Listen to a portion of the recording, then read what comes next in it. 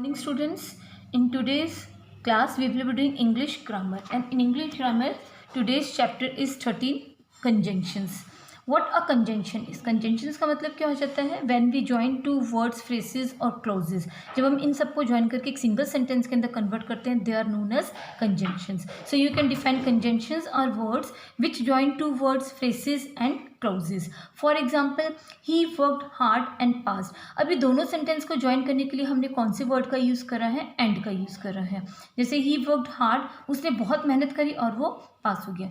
इसी का ही दूसरा सेंटेंस आपको दे रखा है she worked hard but failed. अब यहाँ पे कौन सा वर्ड यूज़ हो गया? but. तो ये भी दो सेंटेंसेस को ज्वाइन करके एक सिंगल सेंटेंस के अंदर कन्वर्ट किया जा रहा है. अब यहाँ पे ये थोड़ा सा नेगेटिव सेंस को शो कर रहा है क्योंकि यहाँ पर आ रहा है she worked hard, उसने बहुत मेहनत करी मगर वो फेल हो गया. तो एंड हो गया, बट हो गया, that, if, when, such, so that, all these are conjunctions. For example, you can see how is it a joining words, like he bought a pen and a pencil. तो यहाँ पे ये sentence जो दोनों हैं इसको ज्वाइन करने के लिए कौन सा वर्ड आ रहा है? यहाँ पर एंड आ रहा है, इसलिए हम इसको बोल सकते हैं ज्वाइनिंग वर्ड. अब हम पढ़ेंगे काइंड्स ऑफ सेंटेंसेस. जो कंजंक्शंस हैं वो बहुत टाइप के हो सकते हैं, जैसे coordinating conjunctions, correlative conjunctions, subordinating conjunctions. Coordinating conjunctions क्या होते हैं? जिसके अंदर सिंगल वर्ड दोनों सेंटेंसेस को ज्वाइन करने के लिए यूज़ करते हैं, जैसे एंड, बट और एक्सेट्रा. और कोरिलेटिव का मतलब हो जाता है जहाँ पे टू पेयर वर्ड्स एक सिंगल सेंटेंस के अंदर कन्वर्ट किए जाते हैं. जैसे हमने बोथ और एंड का यूज़ करा है, तो बोथ और एंड दोनों एक ही सेंटेंस में यूज़ होंगे, इसे हम इसे कहते हैं कोरिलेटिव कंजंक्शंस. जैसे नाइदर नॉर, आइदर और, hardly, when, although, yet, not only but also. ये क्या है? पेयरिंग वर्ड्स हैं, इसे हम इसे कहते हैं कोरिलेटिव कंजंक्शन. नेक्स्ट है सबऑर्डिनेटिंग कंजंक्शन. सबऑर्डिनेटिंग कंजंक्शन हम लोग किसका यूज़ करते हैं? जैसे after, before, because, when, where, etcetera. ये होते हैं सबऑर्डिनेटिंग कंजंक्शंस. अब हम कैसे डिफाइन करेंगे कोऑर्डिनेटिंग को? Coordinating conjunctions are the conjunction that join two or more main clauses. यहाँ पे दो और दो से ज़्यादा जो मेन क्लॉज होती है उसको ज्वाइन करने के लिए जिन वर्ड्स का यूज़ किया जाता है दे आर कोऑर्डिनेटिंग कंजंक्शंस. अब यहाँ पर आप एक एग्जांपल देखिए, he went into the room and set on a chair, यानी वो कमरे में गया और कुर्सी पर बैठ गया. तो ये दोनों ही मेन सेंटेंस है और इसे हमने एंड के साथ में ज्वाइन करा. आपका नेक्स्ट है subordinating conjunctions. Subordinating conjunctions are the conjunction that join a main clause and subordinating clause. यानी यहाँ पर हम लोग जो मेन क्लॉज को और जो सबऑर्डिनेटिंग क्लॉज होती है, जब हम इन दोनों को ज्वाइन करते हैं तो उसे हम कहते हैं सबऑर्डिनेटिंग कंजंक्शंस.